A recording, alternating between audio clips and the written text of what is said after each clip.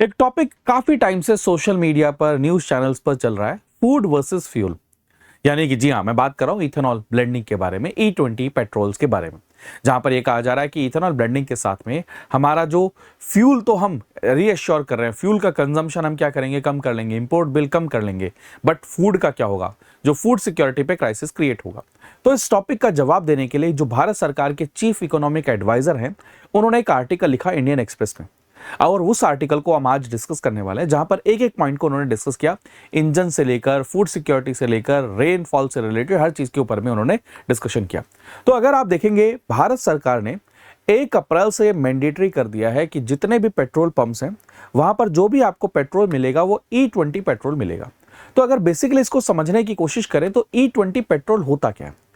E20 petrol हो गया जहां पर पेट्रोल के अंदर में आप 20% इथेनॉल को मिक्स करेंगे। अच्छा, अब ये इथेनॉल क्या होता है? इथेनॉल एक तरीके का बायोफ्यूल है जिसको आप अलग अलग मटेरियल से क्रिएट कर सकते हैं, अलग अलग मटेरियल से बना सकते हैं।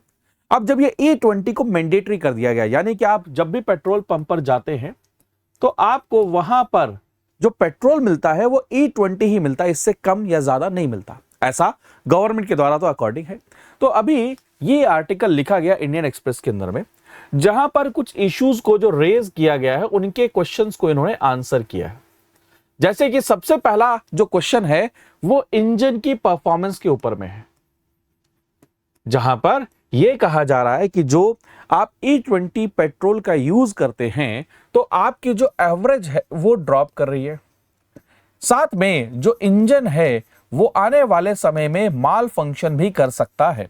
सबसे बड़ा इशू तो ये रेज किया जा रहा है। तो जो चीफ इकोनॉमिक एडवाइजर है वो कह रहे हैं अगर हम इसकी डिटेल स्टडी करते हैं तो जो इंजन आपका खराब होगा या वियर टियर होगा, इसकी अभी कोई एग्जैक्ट रिसर्च या फिर कोई रिपोर्ट नहीं है। दूसरा ये कह रहे हैं कि अगर हम एवरेज की बात करते हैं तो नो डाउट एवरेज के अंदर में ड्रॉप आता है, बट इतना ड्रॉप नहीं आता कि आप जो E20 पॉलिसी है उसी को ही क्वेश्चन करना शुरू करें, क्योंकि E20 पॉलिसी से गवर्नमेंट ऑफ इंडिया अचीव क्या करना चाहती है? E20 पॉलिसी से गवर्नमेंट ऑफ इंडिया अचीव करना चाहती है अपने इंपोर्ट बिल को कम करना। आप सभी जानते हैं कि भारत सरकार काफी ज्यादा पेट्रोल को इंपोर्ट करती है।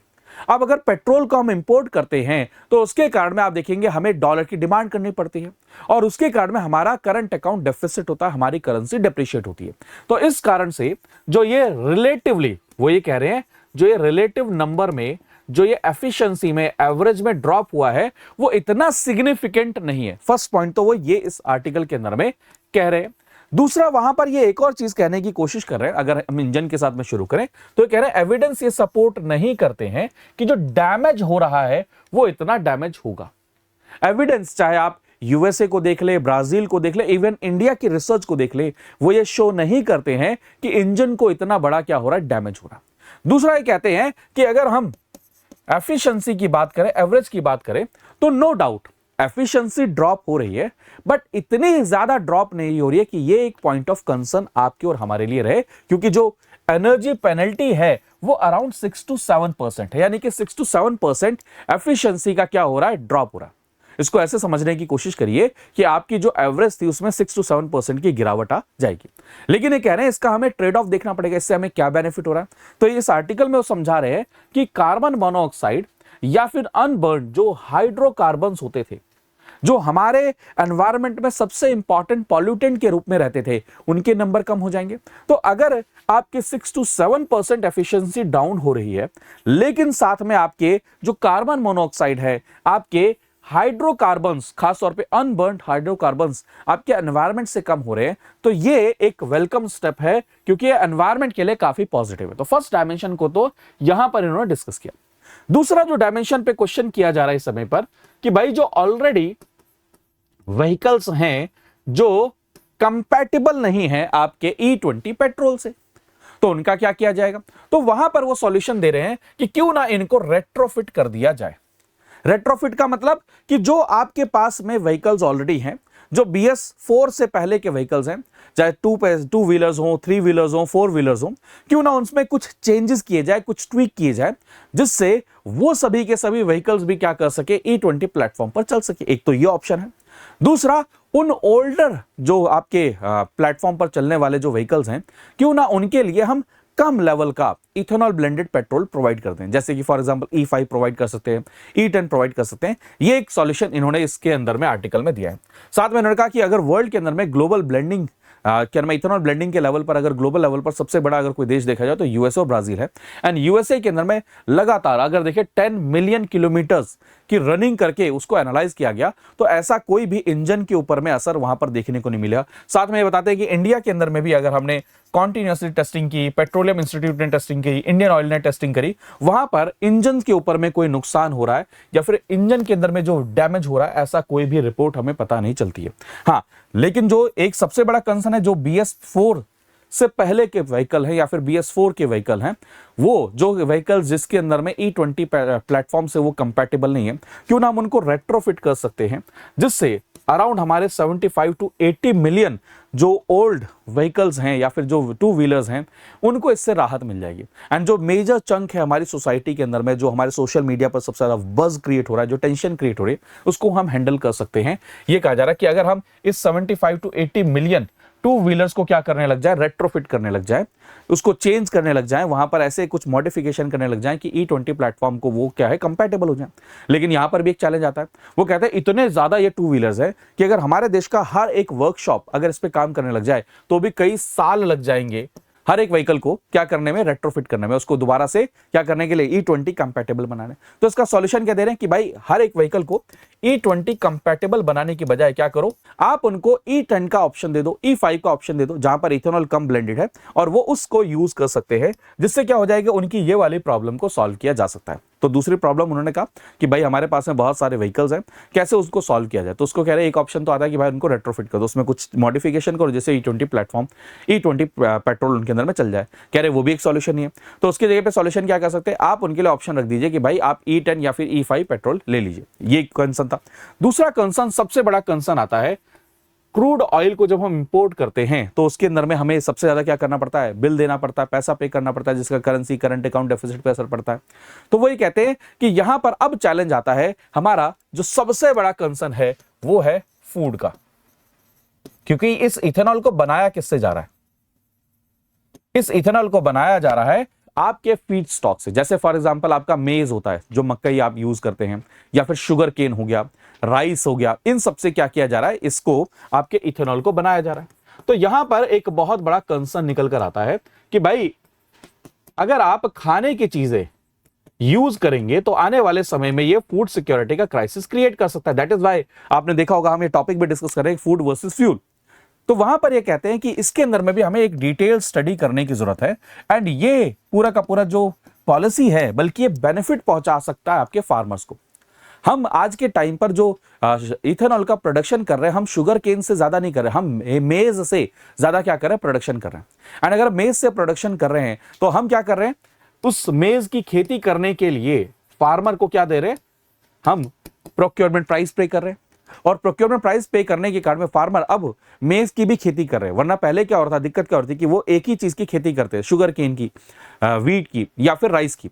अगर आपने मेज के लिए उनको क्या दे रहे हैं, आप वहां पर प्रोक्योरमेंट प्राइस दे रहे हैं, उनको MSP दे रहे हैं, तो और वो भी हायर रेट पर प्रोक्योर कर रहे हैं, तो फार्मर्स क्या होंगे, मोटिवेट होंगे कि भाई मेज की खेती की जाए, यानी कि क्रॉप का डाइवर्सिफिकेशन होगा।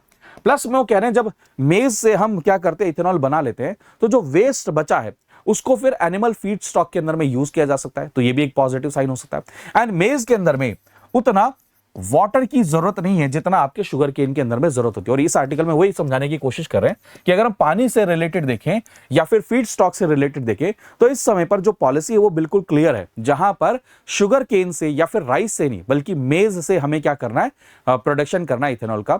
एंड मेज से प्रोडक्शन क्या करेगा, दो चीजों को, इशू को सॉल्व करेगा। एक, क्रॉप डाइवर्सिफिकेशन को बढ़ाएगा। दूसरा कह रहे हैं कि उसके अंदर पानी की कम जरूरत होती है। तीसरा ये कह रहे हैं कि वहां से जो वेस्ट जनरेट होगा वो एनिमल फीड स्टॉक में यूज हो सकता है, जो अल्टीमेटली हेल्प करेगा। आज के टाइम पर एनिमल फीड स्टॉक में सोयाबीन यूज किया जाता है, तो वो क्या हो जाएगा, उसको भी क्या करेगा, रिप्लेस कर देगा। तो ये कह रहे एक तो पॉजिटिव ये हो सकता है, फार्मर्स को भी बेनिफिट मिलेगा, मिल्स को भी बेनिफिट मिलेगा, पेट्रोल जो कंपनीज है उनको भी बेनिफिट मिलेगा, और जो फार्मर की इनकम है उससे इंक्रीज होगी। दूसरा पॉइंट ये कह रहे हैं कि पानी, वाटर स्कार्सिटी। तो कह रहे पानी दो तरीके के होते हैं। बड़ा अच्छा ये टॉपिक यहां पर डिस्कस किया कि भाई पानी दो तरीके के होते हैं। एक होता है ग्रीन वाटर, जो कि बारिश है, वो बारिश तो हर क्रॉप पे पड़ेगी पड़ेगी, ठीक है। दूसरा आता है आपका ब्लू वाटर। ब्लू वाटर वो जो आप नदियों से, पंप से, वहां से खींचकर लेकर आते हैं। तो जो मेन कंसर्न है हमारे देश में वो आता है ये ब्लू वाटर को लेकर, कि भाई ब्लू वाटर की वेस्टेज ना हो, ग्राउंड वाटर से, पंप से ज्यादा पानी एक्सेसिव में ना निकाला जाए। तो कह रहे हैं अगर आप यहां पर देखने की कोशिश करें इस कॉन्टेक्स्ट के अंदर में, तो वहां पर आप देखेंगे कर्नाटका, महाराष्ट्र, वहां पर ये एक इशू हो सकता है। तो वहां पर ये लास्ट में सॉल्यूशन क्या दे रहे हैं कि भाई सबसे पहला सॉल्यूशन तो ये है कि भाई आप लोअर ब्लेंडिंग वाला जो पेट्रोल है उसको क्या करिए, आप ले आइए मार्केट के अंदर में, जिससे क्या होगा जो पुराने व्हीकल्स है उनको इससे बेनिफिट मिल जाएगा। दूसरा कह रहे हैं कि जो प्राइस है उसको आप और ज्यादा रेज कर दीजिए मेज के लिए, जिससे लोग ज्यादा से ज्यादा क्या करें, मेज की खेती करें। और इसके कारण में क्या होगा, क्रॉप डाइवर्सिफिकेशन को आप क्या कर सकते हैं, क्रिएट कर सकते हैं, जिससे आपका जो एडिबल प्रोडक्ट को आप यूज कर रहे थे, जो बार बार फूड सिक्योरिटी का कंसर्न आ रहा था, उसको आप सॉल्व कर सकते हैं। तीसरा यहां पर ये क्या कह रहे हैं, यहां पर ये कह रहे हैं कि भाई ये जो फूड वर्सेस फ्यूल का जो पूरा का पूरा इशू चल रहा है, क्योंकि देखो आप अगर एक चीज को पकड़ने के लिए जाओगे तो दूसरी चीज का इसके ऊपर में क्या पड़ेगा, नुकसान पड़ेगा। तो वे ये इस आर्टिकल में समझाने की कोशिश कर रहे हैं, जो भी पूरे सोशल मीडिया पर चल रहा था वहां पर काउंटर आर्ग्यूमेंट्स के थ्रू समझाने की कोशिश कर रहे हैं कि हमें फूड वर्सेस फ्यूल जो ट्रेड ऑफ है उसको कम से कम करने की जरूरत है, हमें क्रॉप डाइवर्सिफिकेशन के ऊपर में जाने की जरूरत है, हमें इथेनॉल जो हम प्रोडक्शन कर रहे हैं हमें अदर सोर्सेज के थ्रू उसको क्या करने की जरूरत है, और साथ में कह रहे हैं कि जो क्रॉप वाटर इंटेंसिव्स हैं उनके थ्रू हम क्या करें, कोशिश करें कि कम से कम क्या हो, इथेनॉल का प्रोडक्शन हो, जो कि अभी इन्होंने एग्जांपल्स के थ्रू मेज का एग्जांपल देकर समझाया।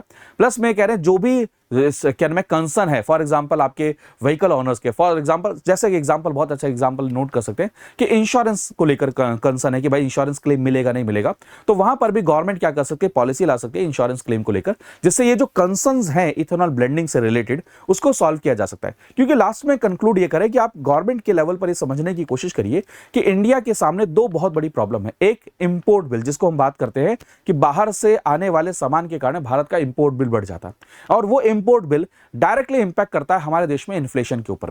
जैसे फॉर एग्जांपल वेस्ट एशिया से हम ऑयल मंगा रहे हैं, वेस्ट एशिया में कुछ भी होगा तो क्या होगा, हमारे देश के अंदर में इन्फ्लेशन क्रिएट होगा। अगर वेस्ट एशिया में वॉर होगी, वहां के ऑयल की सप्लाई कम हो जाएगी, तो हमारे देश में क्या होगी, सिचुएशन काफी ज्यादा खराब हो सकती है। तो एक तो डिपेंडेंस कम करनी है, साथ में इंपोर्ट बिल भी कम करना है। बट वो इंपोर्ट बिल कम करना या फिर जो डिपेंडेंस है वो कम करने के टाइम पर ऐसा ना हो कि हम हमारे देश में जो वाटर की अवेलेबिलिटी उसको कम कर दें, तो हमें उस लेवल पर पॉलिसी को रीसेट करना चाहिए। साथ में हमारे पास में जो ये 75 मिलियन हम व्हीकल्स की बात कर रहे हैं उनको कैसे चेक किया जाए, तो उनको ऐसा तो नहीं कि भाई कबाड़ में भेज दो या फिर कर दो, उसके लिए क्या करना चाहिए, आप रेट्रोफिट कर सकते हो, या फिर आप क्या करो, एक ऑप्शन ले आओ कि भाई आपको कम ब्लेंडेड फ्यूल आपको मिल जाएगा। या और तीसरा ऑप्शन ये कह रहे हैं कि आप गवर्नमेंट की पॉलिसी के लेवल पर ऐसे जो क्या नाम है फीड स्टॉक है उनको यूज कर सकते हैं इथेनॉल ब्लेंडिंग के अंदर। उसके लिए हम प्रोक्योरमेंट के लिए क्या कर सकते हैं, प्राइस दे सकते हैं, जिसके कारण फार्मर्स को भी इनकम के अंदर में बेनिफिट मिलेगा। तो ये बहुत अच्छा छोटा सा टॉपिक था, बहुत लंबा टॉपिक नहीं है, बहुत छोटा सा टॉपिक है, जहां पर फ्यूल वर्सेस फूड का जो डिबेट चल रही है वहां पर जो चीफ इकोनॉमिक एडवाइजर उन्होंने इस आर्टिकल को लिखने की कोशिश करी। एंड आप ये टेलीग्राम और इंस्टाग्राम पर कनेक्ट कर सकते हैं। तो मिलते हैं अगले सेशन में, छोटा सा टॉपिक था, और बाय बाय, टेक केयर दोस्तों, है ना, जय हिंद।